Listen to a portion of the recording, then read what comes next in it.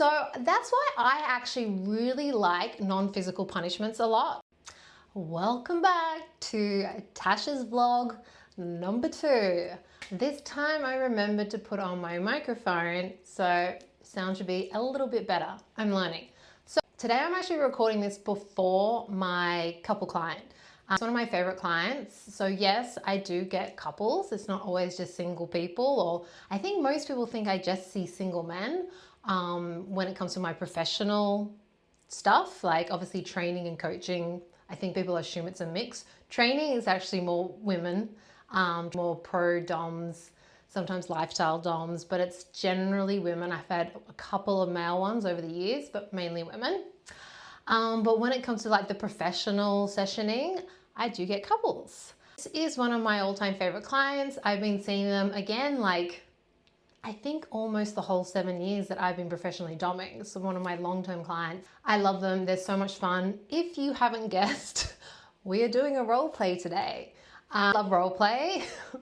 I get fully into characters, like, and especially if the person I'm sessioning with is like meeting me in that energy, like I can just go all day. I love it. I love role play. It's a really great way for people to kind of step out of their everyday persona and explore and get creative and just feel like you don't have to take, I don't want to say responsibility because we always have responsibility, but you don't have to like take on maybe the shame that you would otherwise, if that makes sense. Like you don't have to judge yourself for the desire because it's not you. It's your persona. It's the role that you're playing. Like, I hope that makes sense. So I love a role play with people. And with this couple, it's just so much fun. Like they get into it with me. We have so much fun. Yeah, so when I see couples, just to explain like the dynamic, it is varied. So sometimes it's just me domming one of them, whether that's the male or the female, or you've got same-sex clients, couples, and the other partner just watches. Then you have it when we kind of double dom. So I double dom with one of the partners, the other partner. So it's like 2 doms against 1 sub. Sometimes I get couples wanting to learn, like one wants to shadow me and kind of learn what to do to the other partner. So they're kind of the formats that kind of couple sessions take. So that's what I've got going on this afternoon. So what I wanted to kind of bring into vlog number 2 was I was going to try and address an education topic that I would normally address in a carousel on my Instagram, because what this is trying to do is translate what I do on my Instagram into another format on YouTube. And so today I thought I'd talk about one of my favorite topics, which is punishment versus funishment. Now, in the 7 years I've been pro domming, I think I've had one person who can answer what the difference is when they have a pre-scene negotiation with me. Basically, how I always explain it, just to get really simple, is punishment is an activity you consent to, but genuinely prefer not to do. Let's just kind of think about that for a second, because often people will have things in their activity list, like things that they want to do in the session that might seem like a punishment. For example, impact play or corporal punishment. And so if I gave that to them as a punishment in the scene, that's not actually a punishment because they actually enjoy it.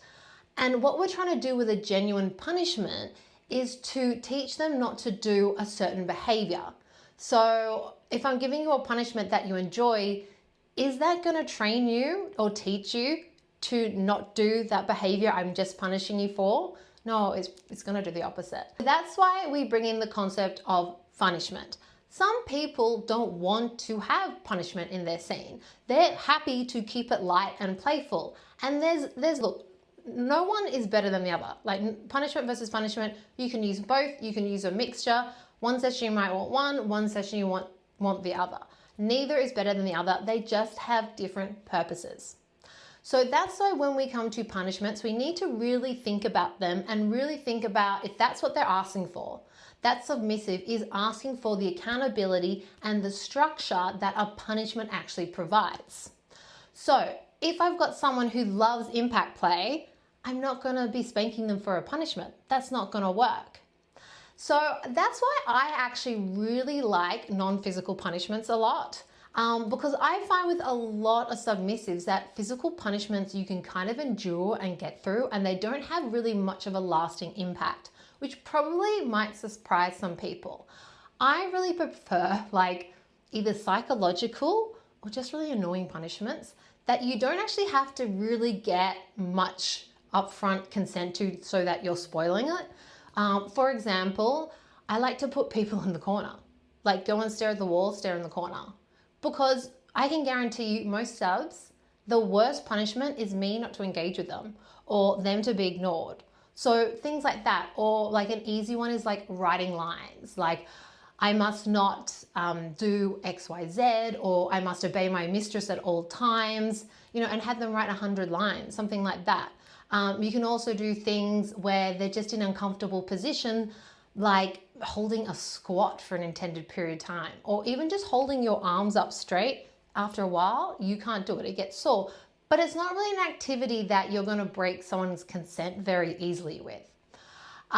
So that's why I kind of like those kind of more annoying punishments, especially for clients that are there for pain activities, because generally a pain activity is not going to do much. And even for the ones that don't like the pain, you'll find that, as I said, they'll just endure it and then it's over. It's not going to have a lasting impact. So I want to make punishments as things they don't want to do again. Like, I don't want to stand in the corner again, so I'm not going to do it. Or I don't really want to spend 10 minutes writing lines. I'd rather be interacting in the scene.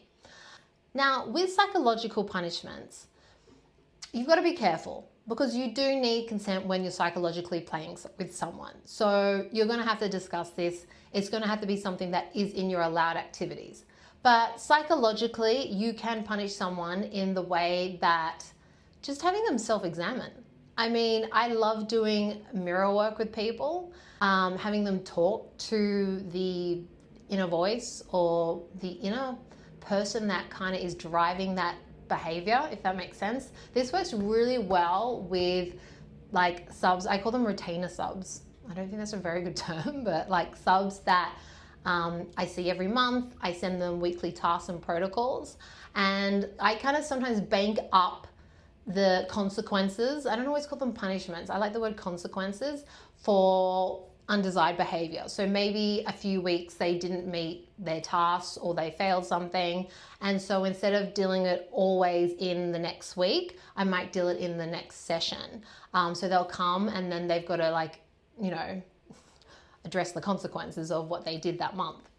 And one of the things I really like to do is like a mirror work. Like, what part of you decided to choose X over Y? Like, you were meant to do X, but you chose Y. Like, and get them to kind of like look at themselves dead in the mirror and examine that.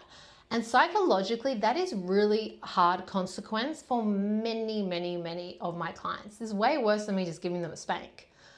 So that's a really good way to kind of think about punishments, like get creative with them. If you're in a lifestyle dynamic, I actually think punishments are a little bit easier than in a scene because you can take away privileges. You know, you're not allowed to have your phone for a day. Obviously, this all has to be consented to and what is in the realm of your agreed dynamics control. You have to make dinner using only one hand. You know, you can get a bit more creative with punishments, I find, when you're in a lifestyle dynamic.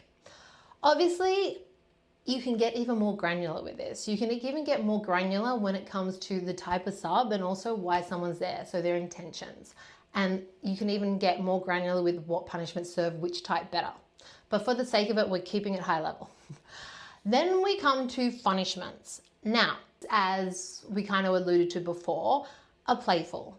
Okay, so if you've kind of having a scene and they've made a little mistake and you just give them a little spanking as a bit of like tongue in cheek, that's fine, there's nothing wrong with it. But you need to make sure that you understand when you're doing a punishment versus a punishment.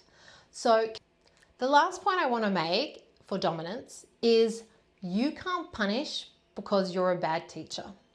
Now, what I mean from that is you can't punish if your sub doesn't know what is expected of them or why they're being punished. So if I'm, for example, teaching someone positions and I've taught them positions 1, 2, and 3, and maybe I just ran through it really quickly at the start of the session and they've never seen me before, and then they mess up the position.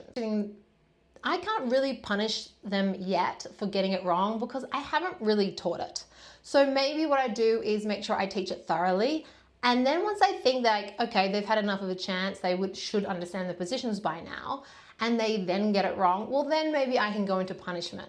But I can't punish just because I didn't teach it or I'm not doing my job.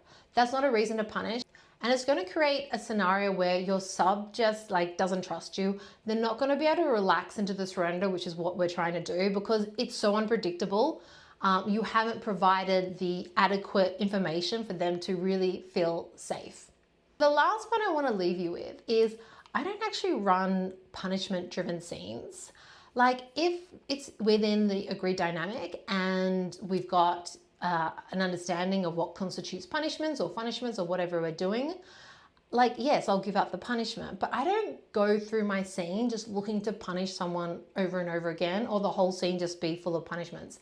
That's not the way I say it. I want to have really powerful, impactful scenes.